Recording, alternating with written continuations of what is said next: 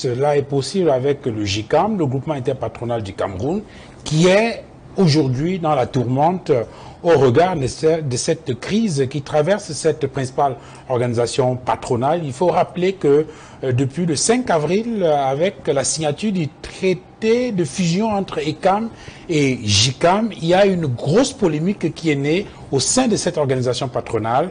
Il y en a qui estiment que oui, on peut faire cette fusion, mais une fusion-absorption, alors qu'en face, les tenants, n'est-ce pas, de ce projet de fusion parlent davantage d'une fusion-création. Il y a certains membres du GICAM qui ont d'ailleurs saisi les juridictions dans le sens de pouvoir reporter, par exemple, cette Assemblée générale extraordinaire qui s'est tenue le 11 juillet dernier et qui a adopté le traité de fusion à 73% de voix. Sauf que, ici, il y a une autre polémique autour de l'interprétation des textes, notamment l'article 17, qui, pour certains, ne devrait pas permettre qu'effectivement cette fusion puisse se faire. Cette disposition prévoit que dans un pareil projet, notamment lorsqu'il y a un avis non conforme du comité des sages, eh bien que les 3/4 de voix soient requis pour l'adoption d'une telle modification des statuts. En tout cas, il y a une sorte d'imbroglio dans cette affaire, à la fois juridique et, on va dire ça comment, stratégique. Quelle est la lecture que vous faites, Emmanuel Numbi Singankam, de cette crise que traverse le groupement interpatronal, vous qui connaissez très bien cette structure, puisque vous avez été conseiller spécial du président du GICAM, notamment André Siaka, à une certaine époque?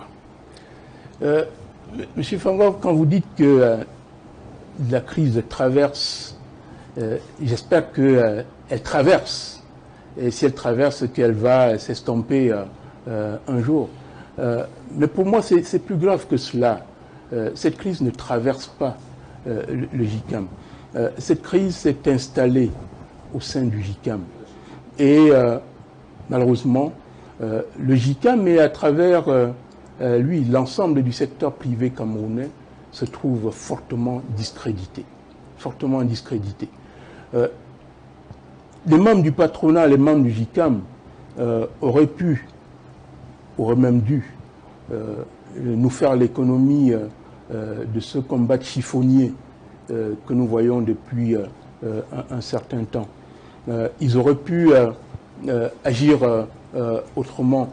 Mais tout ce qui se passe est absolument, j'allais dire, hideux.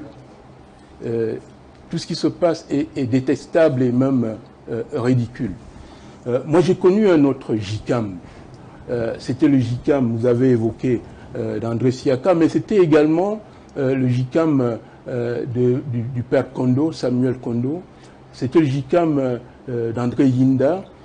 C'était le GICAM de Kamounye Fokam, à l'époque, c'était le GICAM de Richard Hao, Dick Hao de BAT, c'était le GICAM de Titi Maniaka d'Alucam. Voilà, c'était des personnalités fortes. Mais à côté de ces personnalités fortes, il y avait également de jeunes pousses, de jeunes talents. C'était le GICAM de Proté Ayama, déjà à l'époque. C'était le GICAM de Bélé Olivier, qui est par la suite devenu président du GICAM.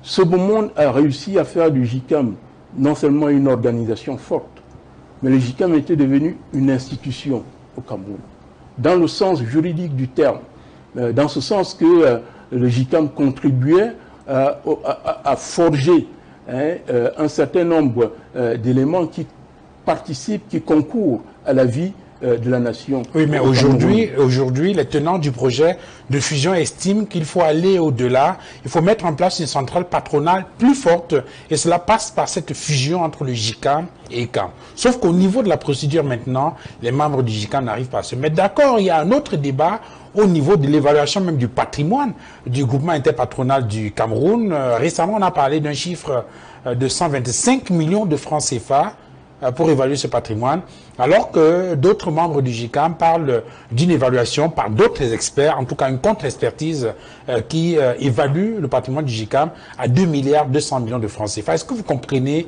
n'est-ce pas, ce gap entre ces deux chiffres, vous qui manipulez les chiffres au quotidien?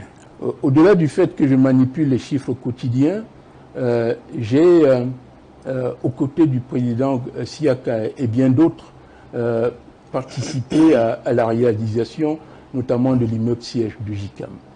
Et j'ai encore en mémoire tout ce qui a été fait pour réaliser cet immeuble siège, qui est en plein cœur de Bonanjo, sur plus de 1300 mètres carrés. Aujourd'hui, le mètre carré de terrain à cet endroit à Bonanjo, c'est près d'1 million de francs. Donc rien que le terrain nu, même si vous rasez l'immeuble, rien que le terrain nu, ça vous ferait près d'1 milliard de francs CFA. On n'a pas besoin d'une expertise pour faire une telle évaluation. C'est une question de bon sens. C'est une question de bon sens. Donc, sur la question du patrimoine, je trouve que c'est gros, c'est grossier, cette évaluation qui a été... c'est même indécent, cette évaluation qui a été faite. Mais cela dit, au-delà du patrimoine, vous savez, personne aujourd'hui ne s'offusquerait d'un patronat fort. Donc la fusion entre le GICAM, ECAM et bien d'autres organisations patronales aurait pu être souhaitée, et même souhaitable, mais d'une certaine manière. Et c'est là le président actuel du GICAM qui est dans une espèce de contradiction, parce que dès 2017, il annonçait, d'après ses propres déclarations, il annonçait le fait qu'il devait entreprendre une démarche de réconciliation avec ceux qui étaient partis du GICAM pour qu'ils reviennent dans la maison commune GICAM. Donc, que les autres organisations patronales fédèrent les forces autour du GICAM, quoi de plus souhaitable. Mais aujourd'hui, vouloir faire ce qu'on appelle une fusion-création, c'est-à-dire faire une table rase, grande zéro de ce qui a été bâti pendant des années et effacer, consacrer la mort du GICAM, de mon point de vue, c'est une démarche qu'on aurait pu éviter. Une fusion, oui. Une fusion des organisations patronales pour avoir un patronat beaucoup plus fort, pourquoi pas.